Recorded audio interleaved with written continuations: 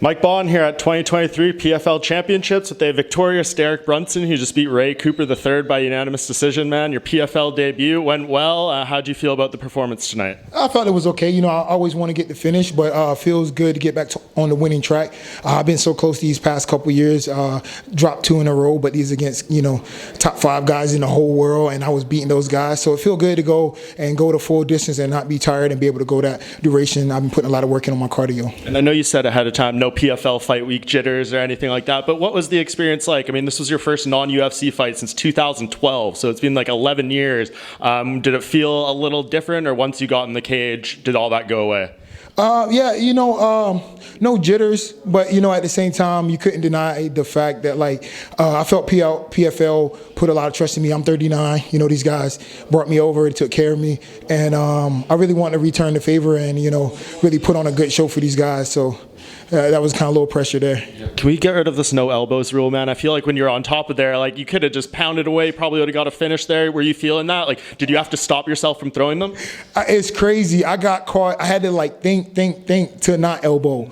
And he was tying up my arms, and when he tied up my arms, I can just drop an elbow. So yeah, if you're able to elbow there, yeah, I'm finishing the fight. I'm cutting them pretty good, But it was definitely tough when somebody just holding your arms where you can slice an elbow, but you can't elbow. So yeah, definitely to get the elbows in. Yeah. Interesting for sure. Did you feel, he missed weight, 0.8 pounds, not a crazy amount. Did you feel any of that from that in there, him being, a little heavier or anything like that? He filled out nice. We were about to come out, and we was across from each other for about 5 minutes. He was jumping around his chest kind of big there. So he filled out pretty nice. He was pretty strong in there, I see why he beat Chris Curtis. Chris Curtis knows slouch. He's doing well in the UFC. Beat Roy McDonald, former champ. I trained with Roy, and Roy's still tough. So, I see why he beat those guys. So, definitely was a test, and glad I passed. Yeah, a lot of, good things you did in there. That his big moment was when he cracked you with that punch when you were holding the leg up. How hurt did he have you there? Not really hurt. It's funny. Ian Heinisch did the exact same thing. It's I'm so good at, chain wrestling and high-legging the leg, and guys start punching there. So, it's I got to make a little adjustment on that because guys are not wanting to get taken down, so they're really starting to throw punches there. So, or maybe I just tripped the leg a little bit faster. Yeah, so after the fight, you call it Jake Paul. What do you think? Do you think this is a realistic option, or do you think he sees how you fight, how you won, and he's like, I can't, go that far into the deep end for an MMA fight? Or are you talking boxing? Hey, we might can do a 1-and-1. You know what I mean? I came here for big fights, put on big shows. The fact of the matter is, PFL is a great organization. There's 6 millionaires tonight.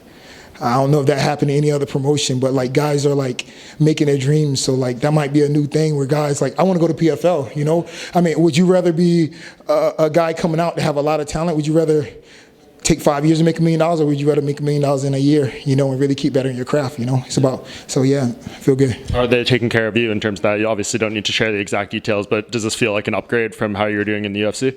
Oh yeah, for sure. I think I came over top 5 guy in the world. I think a couple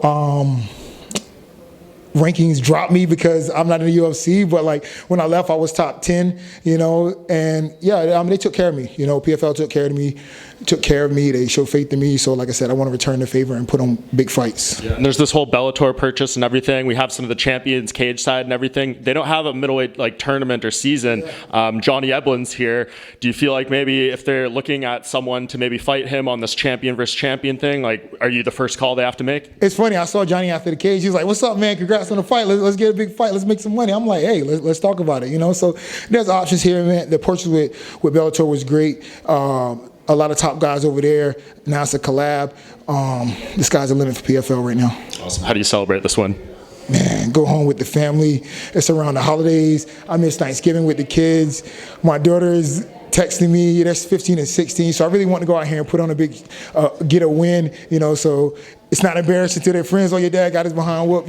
So I'm more like fatherly Brunson these days. I really enjoy hanging out with my family, my daughters, my kids, seeing them smile. But feels good to get that win. You think about how much longer you want to do this for? That's a good question. I'm doing it because I enjoy competing. I haven't lost that fire. But yeah, you can't do this forever. I've been doing it for a long time. I manage fighters. I got some good fighters going. So yeah, you never know. But I'm here for big fights and ready to get it going. For sure, man. Well, congratulations. A lot of people coming over from the UFC historically have struggled in their first fight. You got it done, so you got to be very happy. Congrats, man. Absolutely. Thank you.